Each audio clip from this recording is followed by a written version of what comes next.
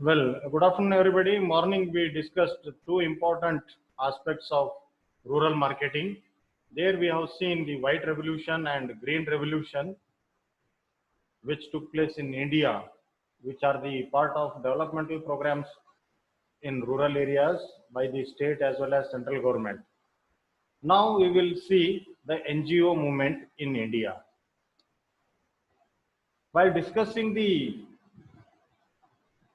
green revolution and white revolution, we came across the cooperative societies. Cooperative societies played a vital role in rural development.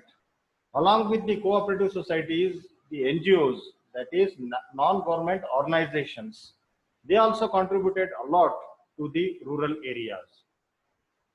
Let's see the NGO movement took place in India, important in providing assistance at the grassroots level, assimilation of technological extensions in rural areas. These NGOs are providing assistance at the grassroots level, assimilation of technological extensions. These NGOs are bringing the technological extensions in the rural areas. Maybe small examples we can quote: how to operate a mobile, how to use internet. These kind of trainings were given by so many NGOs in India to the rural people, as all of you are aware. Thereby, they are joining their hands in developing the rural areas. Stepped in to create awareness, build skills, introduce technology, and develop capacities for maintenance and sustainability.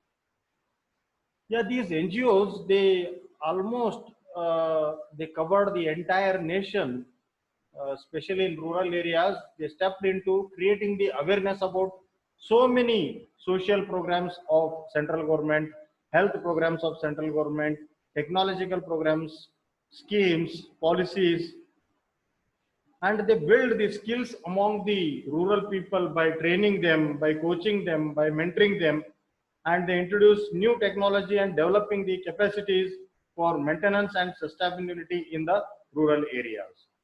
Some of the government programs implemented through NABARD, CAPART, KVIC, and others are given shape by these organizations.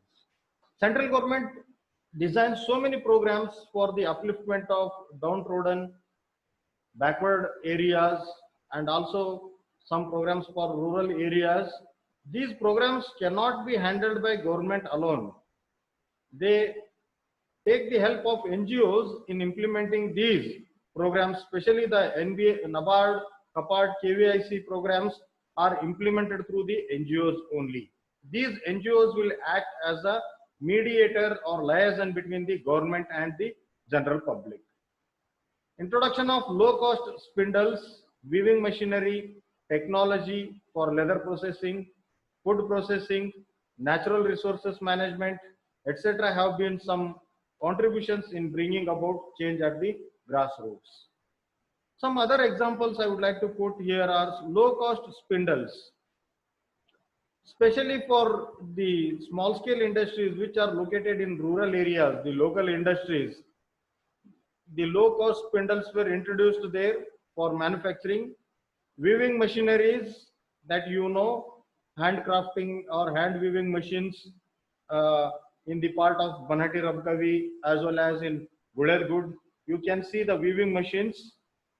Technology for leather processing, the cobbler who manufactures the shoes, footwear, etc. They were given training of technology for leather processing. And then food processing. All of you know, beside our college, there is one training center called Rural Development Foundation, and another one is STEP, that is Science and Technology Entrepreneurs Park. They train the people, they give coaching, mentoring to the rural people for food processing, how to prepare the food, how to make instant foods, how to package the food, how to market the food, how to sell the food products. And then natural resources management, they also give training on how to conserve the water conservation, how to save the environment, how to stop air pollution at the rural level. So these are the some programs conducted by the NGOs in the rural areas for the development. So these NGOs have a central part of role in rural areas. They developed so many things in rural areas. They also contributed a lot in developing the rural areas. NGOs have been also active in providing basic health, child care services, running homes for destitute and the distressed, and providing education and training opportunities. These NGOs, they are involving in so many activities, especially in basic health. ಈ ಅಂಗನವಾಡಿ ಕಾರ್ಯಕರ್ತರು ಇರ್ಬೋದು, ಆಶಾ ಕಾರ್ಯಕರ್ತರು ಇರ್ಬೋದು, these are the people who are enrolled in NGOs. They train the people, they give the basic health tips, and also provide the child care services and running homes, child care homes. They are run by the NGOs. So these all activities are done by NGOs, and they help the society so much. And they also provide the education and training opportunities for the people who are residing in the rural areas. So this is about the development programs of central government. First one was Green Revolution, second one White Revolution, and third one is NGO movement. Hope you are all following. Let's go for the next slide, that is rural retail outlet.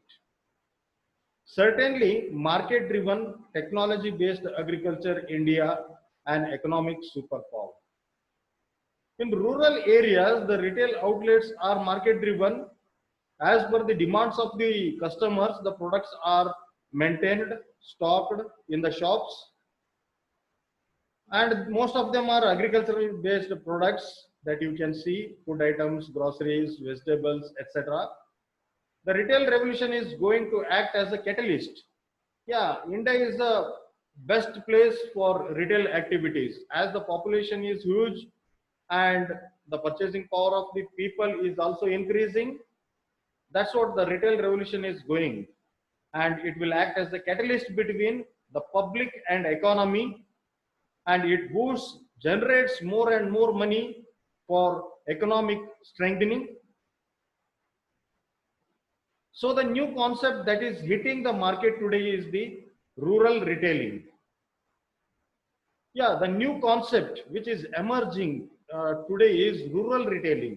Earlier, rural retailing concept was not there. Only we were observing the urban retailing concept, where the big shops, big malls, big outlets were established in the urban areas.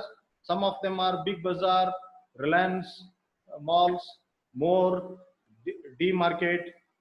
So these are the some outlets we found in urban areas. But now, even in rural areas also, they started entering, and that is a untapped market where huge amount of potential is available in rural area. So these companies are looking at that.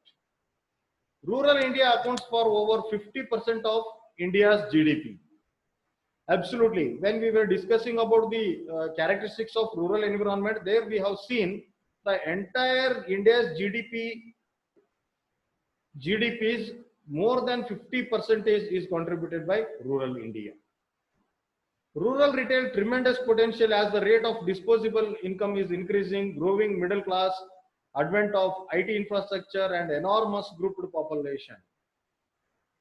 Yeah, why rural retail? It is because there is a tremendous potential you can find.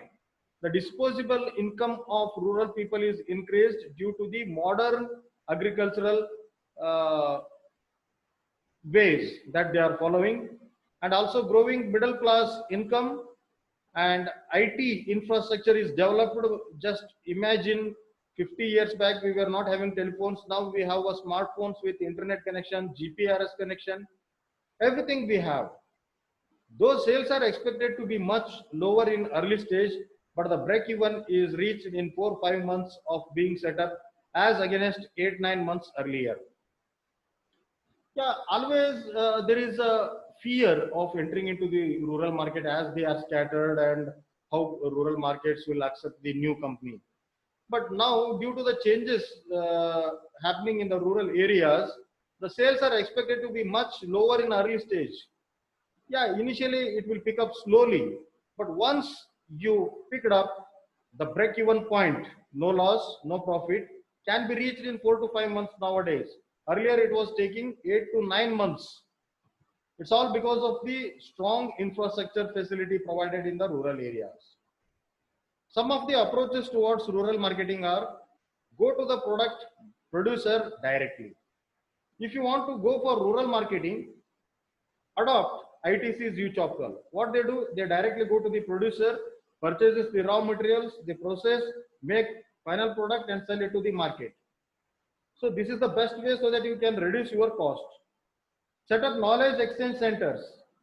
That's what each of all centers, how they establish. Likewise, you also establish some satellite based centers where you can provide the knowledge to the farmers as well as exchange the information. Purchasing, selling can happen through these centers.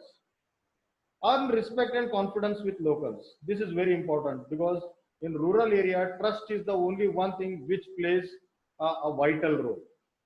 Try to respect and confidence the locals, take them into confidence, you can do wonders. Provide retail environment with local flavors and needs. This is very important. If you are going for rural marketing, that to retail marketing, there should be local flavors blended and local retail environment should be there. You can't build a AC room or a AC shopping mall there. It should be of local flavor and local environment. Treat farmers with respect and serve them as customers. So don't treat them as slaves. You treat them as farmers and serve them as a customers. Then you can enjoy the market. So this is about rural retail outlets. Fine. Now we'll go to the rural market index. Anybody knows what is rural market index? Okay. Let's see. Market research is done by market research companies and experts in the field to provide data about consumption pattern, purchase preferences, and rural market potentials. Yeah, in research and development wing of any company, they always emphasize on market research, conducting surveys. So they do market research uh, with the help of experts in the field to provide data about consumption patterns of the rural people. How do they consume? What do they consume? How much do they consume? When do they consume? What is their buying behavior? What is their consumer behavior? What is their buying process? Which are the factors influences their buying behavior? What types of buying behavior they bears? Their purchasing preferences, and what is the rural market potential? Collecting all this information will be processed at the research and development wing. Hindustan Thompson Associates Limited, that is HTAL, a market research and advertising company in India, studied the rural areas in India in the year 1972. One of the Indian-based Hindustan Thompson Associates Limited conducted a survey, collected the information in the rural area in the year 1972. HTL made its report in 1972 and developed overall indicators for rural market potential in India, and they are popularly known as Thompson Rural Market Index. So after conducting the study, collecting the information, they developed overall indicators of rural market potential. What are the indicators of rural market? First one, consumption pattern, purchasing preferences, rural market potential. So these are the some indicators that they developed and they are popularly known as Thompson Rural Market Index. Hindustan Thompson Associates Limited HTAL compiled data of 335 districts based on 26 measurable scale variables. HTAL collated data regarding agricultural details of output in each district. Just imagine 335 districts across the country. They surveyed, they collected the information, and finally they compiled it and they collated the data regarding agricultural details of output in each district. Based upon this rural market index is developed. So this is all about rural market index, and this finishes your second model.